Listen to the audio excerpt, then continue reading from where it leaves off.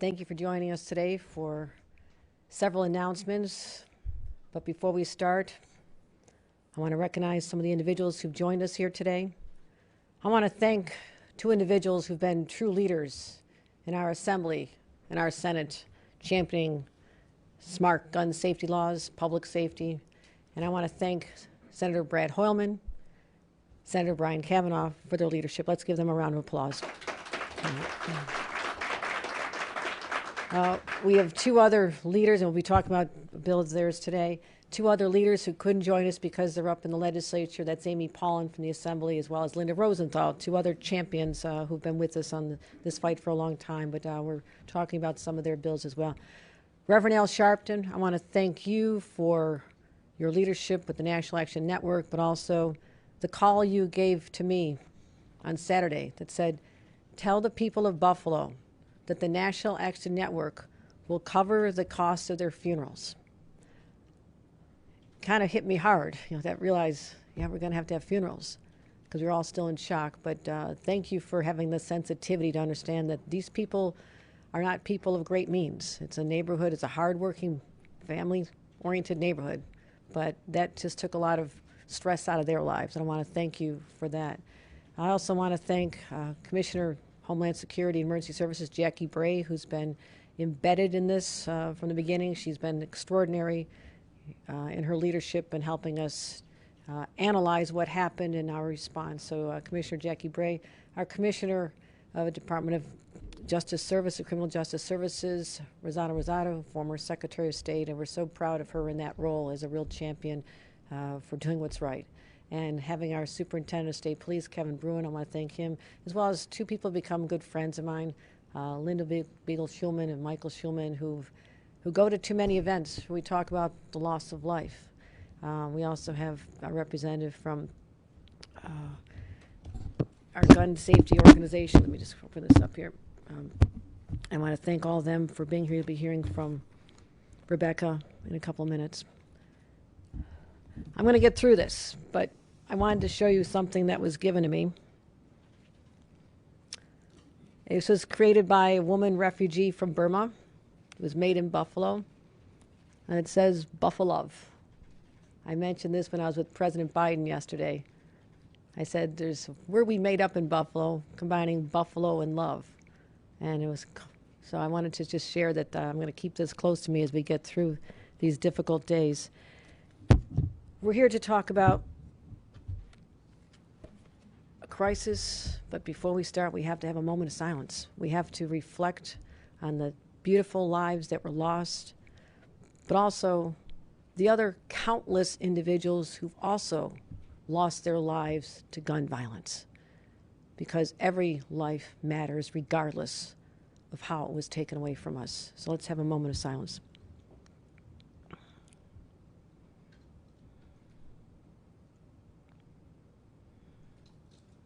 Thank you. The past few days have been among the most difficult in my life. The hearts of every single New Yorker are literally broken in two, especially Buffalonians. One half grieving for these families that are still bewildered. With President Biden, I had a chance to hold the 3-year-old whose father was in the store buying a cake for his birthday that day. He asked me, "Where's my daddy?" I didn't have an answer. I also met the wife of the security guard, former police officer, who was there because her husband, by his bravery, saved the life of a mother and a 14-year-old by putting himself on top of them. I saw the reunion of that widow and the 2 lives that were spared because of her husband. And those are just 2 examples of all the pain and the sorrow. I spoke about that half of the broken heart that is grieving. But the other half of that heart is filled with anger right now. Because you can't witness what happens to a community like this, what happens to an 11-year-old in the Bronx, and not feel angry. Otherwise, you're not really human. And in the case of Buffalo, I want to be very clear about what happened. It was a case of an 18-year-old male who was radicalized, and I'm not going to sugarcoat this because there's no way to do that, who was radicalized by white supremacist and white nationalist beliefs. And he was so taken by these toxic messages, these racist philosophies that are so easily accessible on social media platforms, or the genesis of which are really being talked about on cable news networks. He was so taken with this that he got into his car after surveillance and visiting the site in the past and drove 3 hours with one goal, and that was to execute black New Yorkers. That's his stated intent. It was his state. He wrote that. That was his intention. So this is white supremacy in this nation at its worst. It's infecting our society. It's infecting our nation. And now it's taken members of our family away. And we have to continue to ask the question, how many more lives need to be needlessly taken from us before we face the truth? And the truth is the most serious threat we face as a nation is from within. It's not from the Russians. It's not from people elsewhere. It's white supremacism. It's white nationalism. And it's time we confronted it head on. In the last decades, domestic terror attacks and plots have more than tripled in a decade, from about 20 in 2011 to over 73 last year alone. But the hate has not just affected our society and how people think. It's literally been weaponized. Because you can't act on the evil thoughts that have possessed your mind and the hatred that fills your heart if you don't have access to a weapon. That's the intersection of two crises right now that are unfolding in our country. The mainstreaming of hate speech, of racism, nationalism, white supremacy, and the easy access to military-style weapons and magazines. We can no longer look away, and we're not just going to call it out. We need to directly address the deadly threat that it is. And we are. Today I'm signing an executive order to establish a unit within the Office of Counterterrorism at the Department of Homeland Security and Emergency Services, focusing exclusively on domestic terrorism, first time ever. They'll develop the best practices for law enforcement, for mental health professionals, for school officials to address the rise in homegrown extremism. And we'll make sure that they're trained to know how it occurs, where it occurs, and how to stop it. And to most directly affect this at the local level, we're going to launch a threat assessment management program. And this is going to have multidisciplinary teams in our counties across the state, and they'll identify, assess, and be prepared to deal with the threats. This coordination is critical. It does not exist now. It does not exist. That these stakeholders need to be communicating and sharing information, so guess what? They can start to connect the dots. And that's what we did after 9/11, and that's what we're going to do now. Start connecting the dots. Who heard what? Who saw something? And when you get the law enforcement and the mental health professionals, and in some cases school professionals, actually communicating about what they're seeing, we have a much better opportunity to be in the prevention business instead of just the cleanup business. That's how we need to evolve to. That's how we prevent these crimes from occurring in the first place. I'm now requiring every county in the state of New York and the city of New York to perform a comprehensive review of current strategies and policies and procedures for identifying domestic terror threats. And upon completion, they will develop a plan for confronting the racially and ethnically motivated threats and extremism. And they'll be submitted to our Office of Counterterrorism by the end of the year. We'll work with them. We'll work closely with them. And this executive order will also establish a dedicated domestic terrorism unit within our New York State Intelligence Center, focusing on monitoring social media, because everyone's saying, how was this happen? This information was out there, the footprint, the fingerprint was out there. We are going to ramp up these efforts intensely at our intelligence center, because there's a feeding frenzy going on in social media that hate just breeds more hate. And think about all the people who saw the live stream of the slaughter, the massacre of innocent people in a grocery store, at a top store on Jefferson Avenue in Buffalo, New York. They witnessed this in real time. And individuals are using these platforms, and the suspect wanted people to see this. He created an opportunity for people to see this and share what he was doing in his manifesto. So they create platforms so they can share their demented ideas with each other in the hopes that this continues to spread, the virus spreads. And they find others who share their worldview, radicalizing more. And that is a direct threat to New Yorkers. Call it what is, but then have a plan to deal with it. So we're going to ensure that we have the best in the nation cybersecurity teams to monitor the places where radicalization occurs. We're watching you now. We know what you're up to, and we'll be coming after you. But that's only part of the problem. They often find each other because there's algorithms that are out there that elevate hateful, incendiary speech. Can you believe that? There's algorithms in place that ramp up and share this even more with higher frequency than other messages. So this incendiary content is pushed out to more people.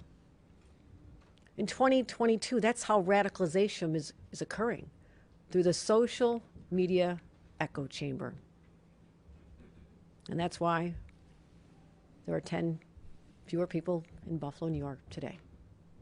These social media platforms have to take responsibility.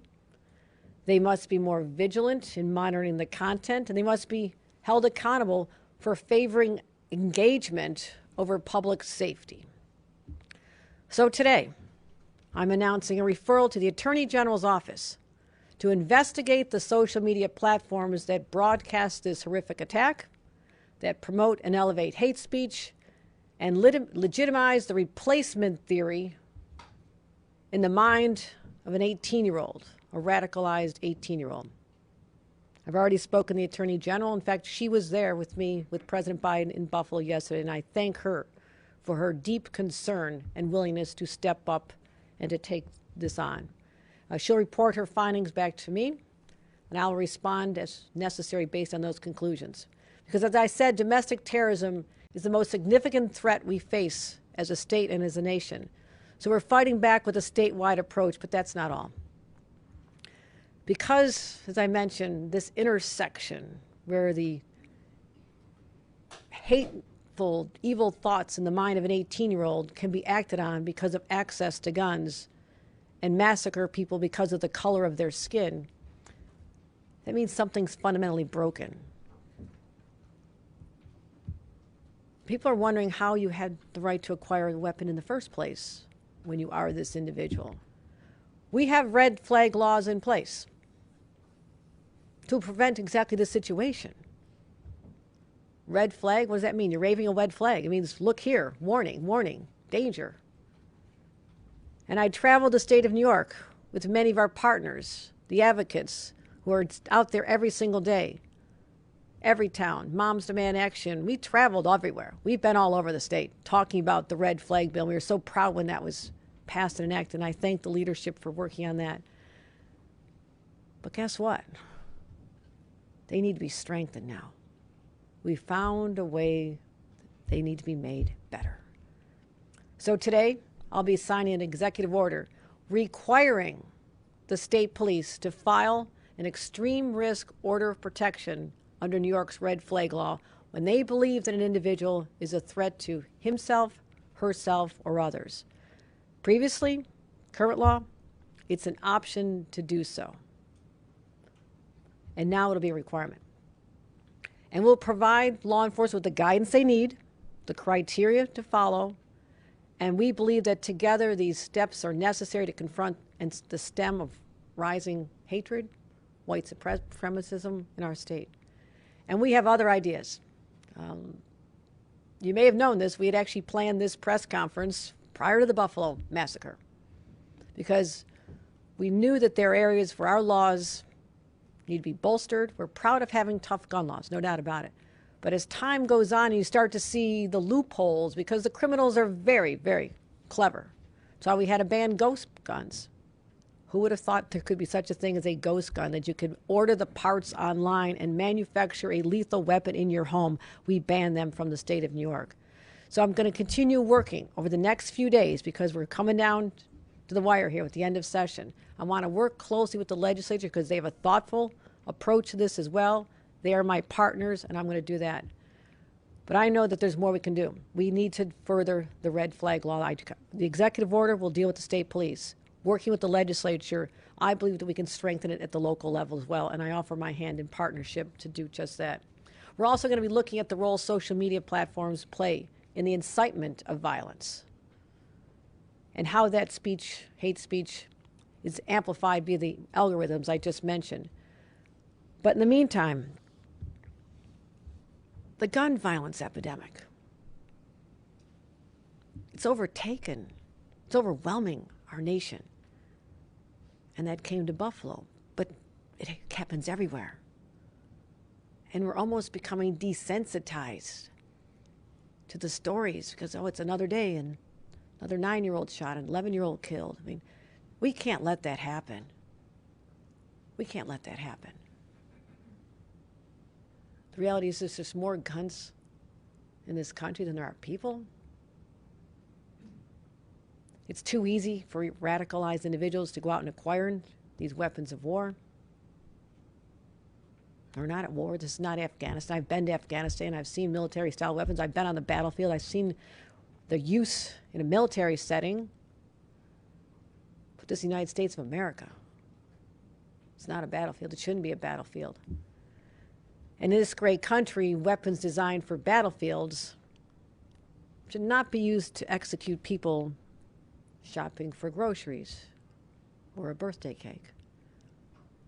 Yes, we've called upon Washington for a nationwide response.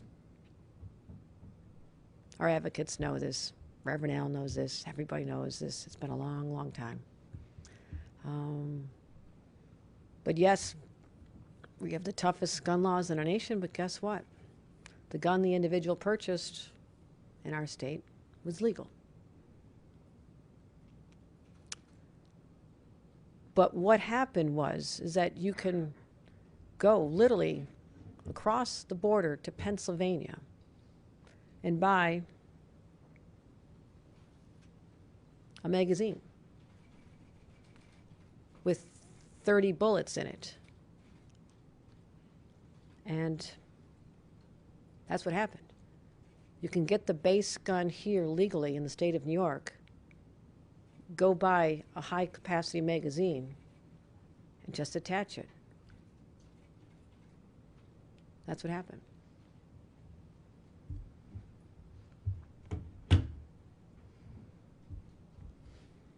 So, we have to deal with this. And we will. We will. We have announced there is a package of gun laws that we're going to be proposing. We have more guns to deal with.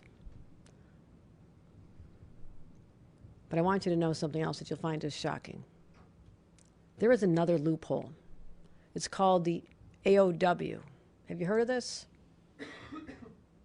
It stands for any other weapon. And you're going to be shocked when you see the type of gun that can legally be bought in the state of New York today. Because there's a new category of weapons where the characteristics put them in this gray space between rifles and shotguns and pistols. And they're specifically designed to fall outside the realm of regulation. So they're not subject to our laws. That is how they were created. That is why they exist. Superintendent, would you please show us what an any other weapon looks like?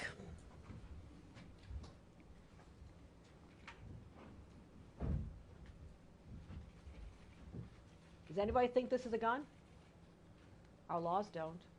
A gun to be regulated. Our laws don't regulate this.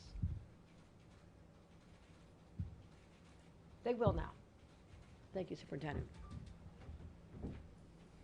It's concealable, they're high-powered, and they can be modified to have a high-capacity magazine. And currently that's legal. You can go online right now and see manufacturers and sellers describing it as something called a completely legal sawed-off. We banned sawed-off gun weapons, but this says it's completely legal. Not anymore. We are introducing legislation that revises the definition of a firearm to include those weapons, which means we'll be able to charge and prosecute people accordingly. This is just one of those enormous loopholes that you can drive a truck through. Similar to what we have with ghost guns. There's another bill, and I want to thank Senator Hoylman and Linda Rosenthal, that requires all semi-automatic pistols sold in New York to be micro-stamped. What does that mean? Where am I? Okay.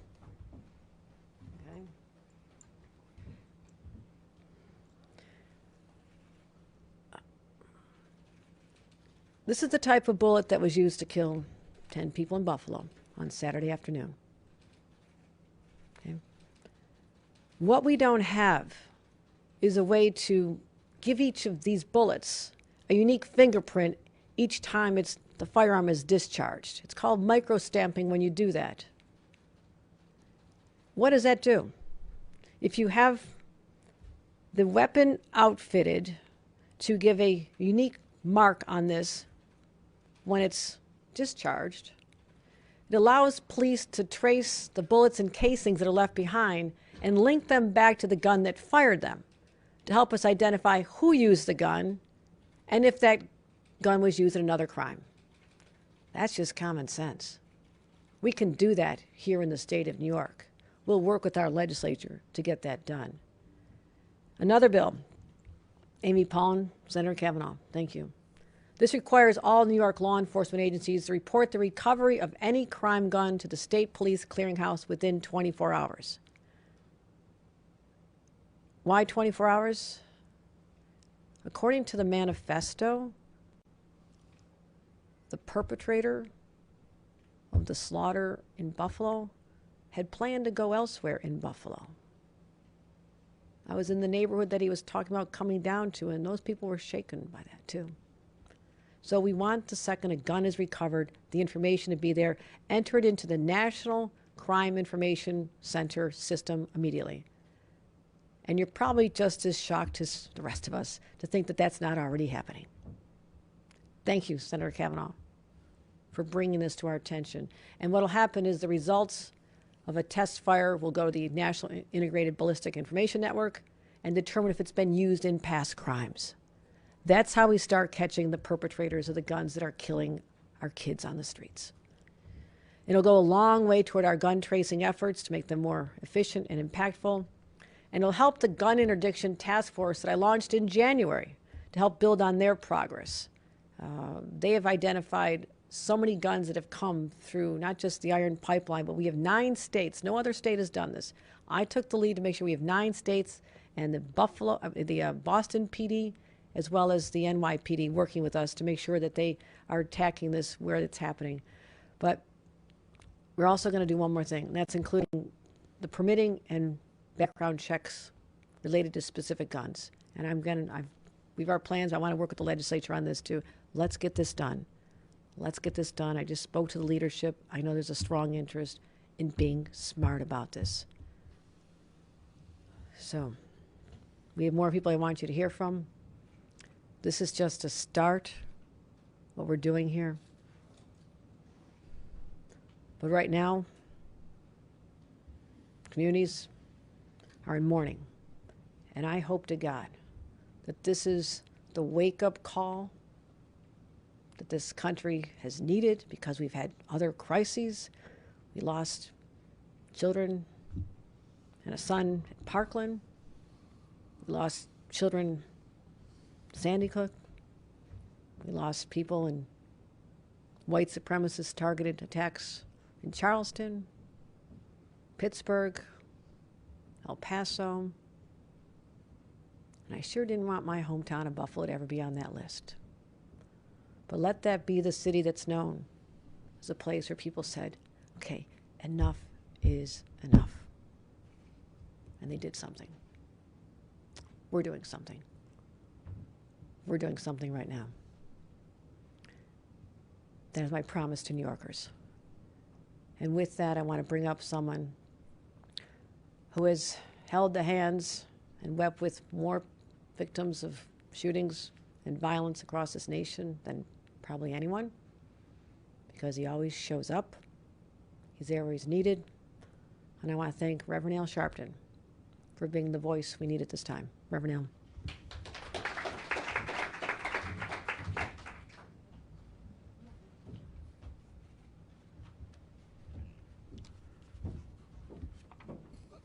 Thank you, Governor. Let me say, on tomorrow evening in Buffalo, the clergy has called a rally for healing that I will be the keynote speaker, and then on Friday will be the funeral of Mr. Patterson.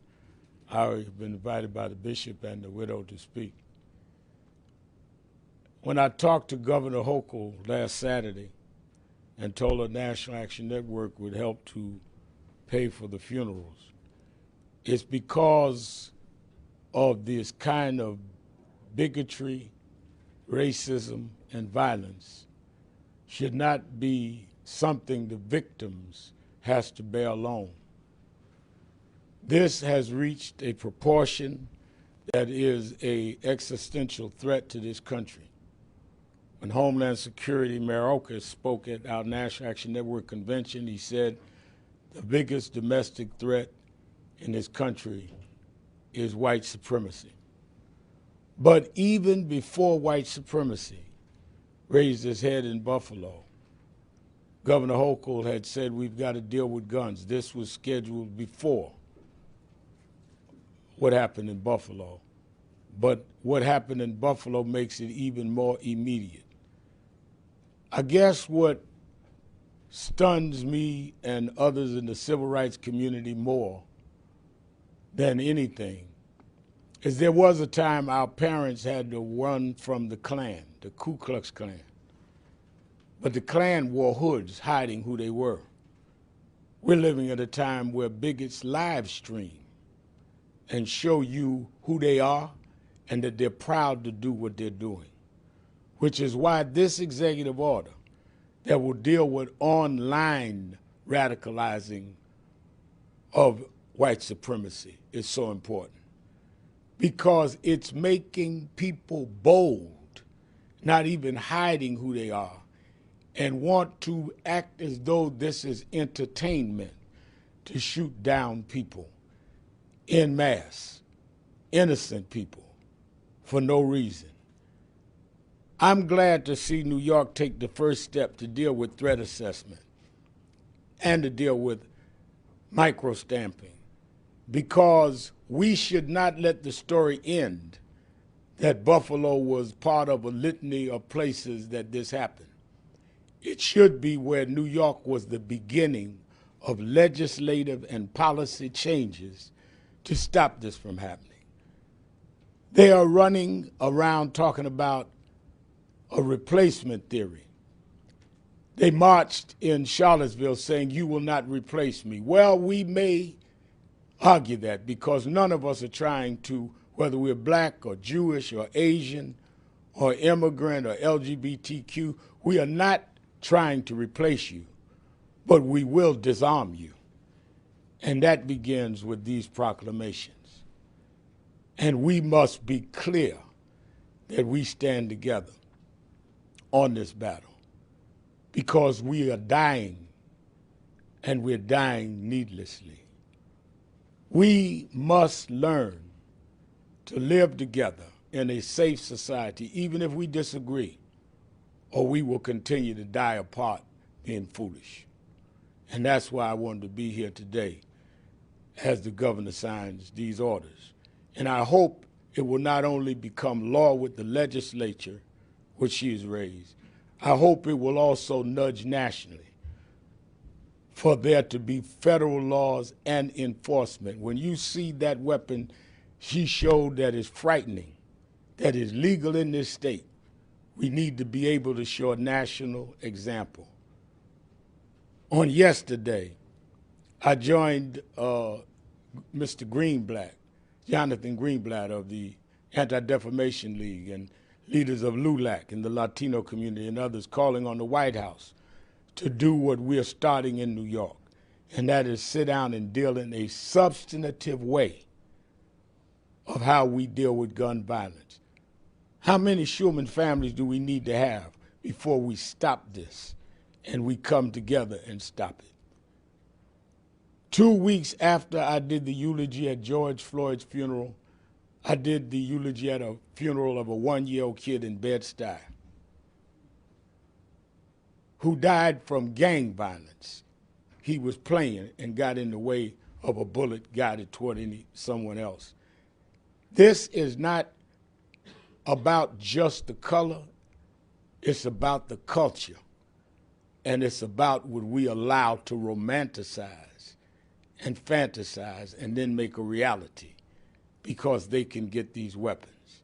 We must take the tool out of the hands of criminals, out of the hands of bigots and racists. And we cannot say we want to fight white supremacists if we're not going to first disarm them. Yes, we need to teach them better, but you can't teach them until you take the guns out of their hands. And that's what today is all about. We are worse than in the time of the Klan, when people want to live stream doing massacres. And that's why I'm here with the governor today. Thank you.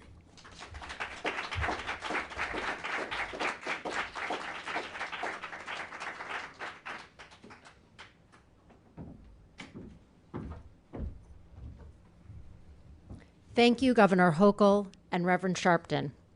My name is Rebecca Fisher, and I'm the Executive Director of New Yorkers Against Gun Violence. We're a statewide organization that's been advocating for strong, sensible gun policy at the state, local, and federal levels for over 25 years. It's a privilege to be here today to say thank you to Governor Hochul for supporting these critical, life-saving measures to protect New Yorkers. From Buffalo to Brooklyn, from Long Island to the Hudson Valley, our communities, large and small, have come together once again to grieve, to condemn white supremacy and gun violence, to disarm hate, and to demand action. Despite New York's strong gun laws, gun violence is a surging public health crisis in the state and across the country, a crisis that disproportionately impacts our Black and brown communities and other marginalized New Yorkers. During the COVID-19 pandemic, gun sales have spiked and gun violence has surged, nearly doubling since 2019. And while we continue to await strong federal action from Congress, there is more we must do to strengthen New York State's gun laws. And today, Governor Hochul is doing exactly that. The governor's executive actions and legislative proposals will prevent hate-motivated gun violence, mass shootings, suicide and domestic violence, and help address the gun trafficking crisis that's plaguing our communities.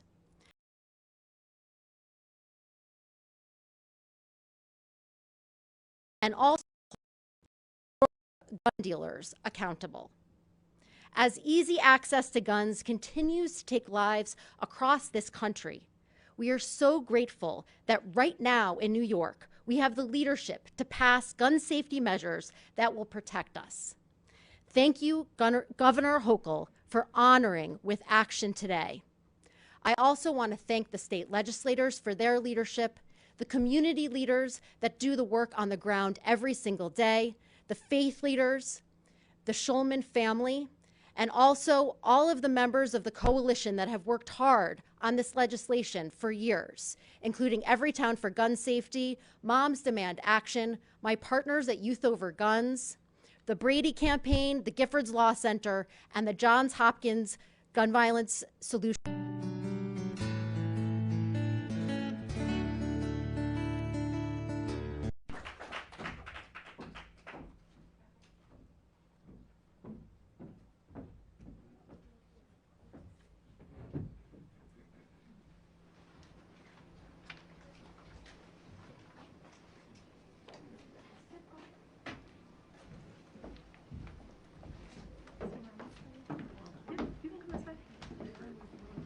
two on either side. Thank you.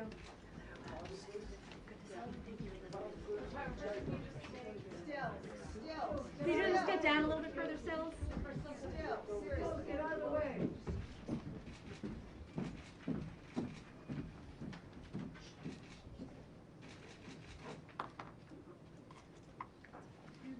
Just want to get my student up here.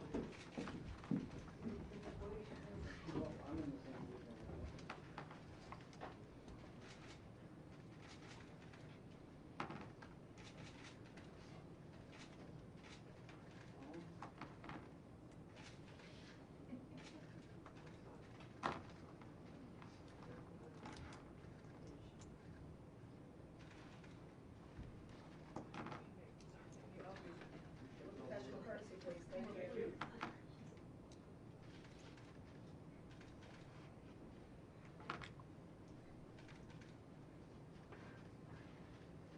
This is an executive order preventing and responding to domestic terrorism.